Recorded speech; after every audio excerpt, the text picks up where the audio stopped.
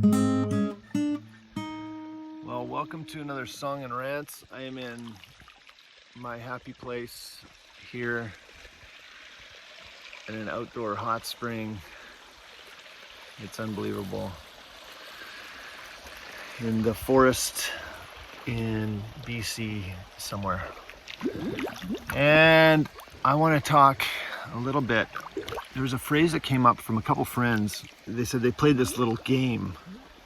And the game was, you went around with strangers and you would say, if you really knew me, you would fill in the blank. And it's a way to really get intimate with each other quickly. So I thought, I could be a little bit vulnerable on here. I'd say if you really knew me, well, you would know that this is up there with the top 3 happiest places on the planet.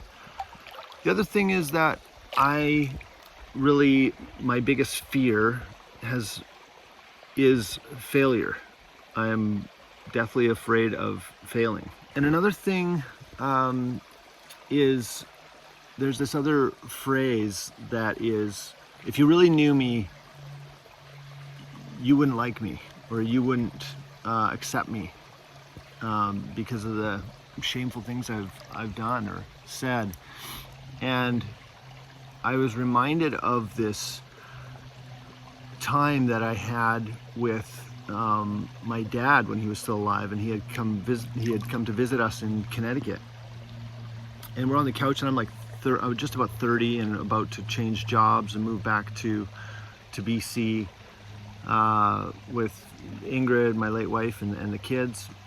And I'm looking at him, and I was kind of struggling, trying to figure out what to do next. And I'm looking at my dad, and I was like, man, when's that last time I just was able to be a boy? Like, I don't have to prove anything. I don't have to have my shit together. I don't have to, I could just relax and I don't have to be a leader or I don't have to prove anything.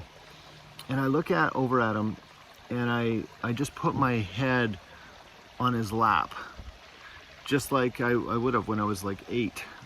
And I'm there, and Ingrid was on this other chair on the other side of the room, and my dad starts just stroking my hair, and we both start bawling, and it was like I just went right back to this place of feeling so secure with my insecurities. It was like I was so safe. And it was the most beautiful moment I've had with my dad. And I'm so glad I was able to experience that. It was so intimate and beautiful. And for me, it was a kind of a representation of what God feels about me. There's this unconditional love thing there. And I think when I'm insecure now, or when I'm fearful, or when I'm going to a dark place, or feeling depression, or feeling anxiety, or feeling whatever, I go back to that place, with my dad, and I kind of think about that, and think about the acceptance that I have. So I'm curious what your sort of happy place is, both physically like this, or emotionally. And I think it's important for everyone to have a soft place to land, as it were. And so I'm gonna share a song that I wrote about my dad, based on a dream.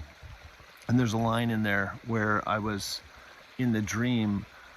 I saw him after he had died, and all of a sudden I could feel that he knew everything about me. He knew he knew everything that I'd ever said or done. And I just looked at him and I said, okay, now that you know, what do you think of me? And we just ran to each other and embraced and hugged, and we were both just bawling our eyes out. It was this amazing feeling of acceptance. It was unbelievable. So anyway, my hope for you, wherever you are, whoever you are, is that you would be able to know that safe place and find a place of safety and a soft place to land this year. Happy New Year.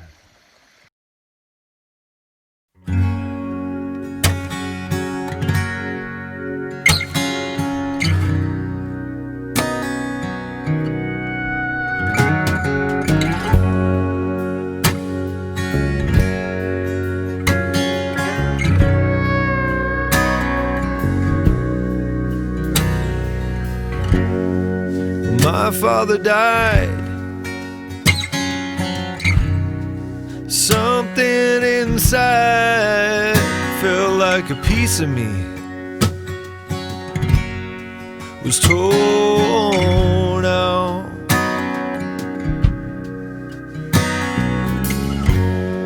And I just can't seem to find it again. I'm aching for the affirmation, but there's silence. I'm left here without.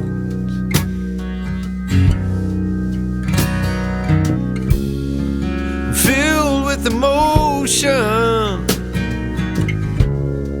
I'm filled with the notion. What matters remains. What matters remains.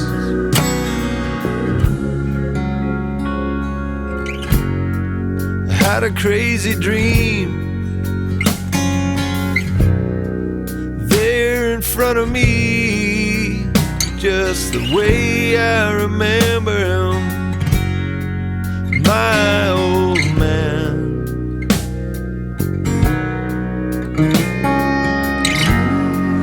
Bright blue eyes stare right through everything I tried to hide. He knew. He said, son, don't hide your face in your hands.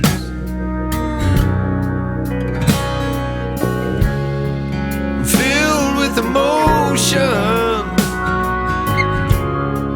I'm filled with the notion. What matters remains. What matters remains.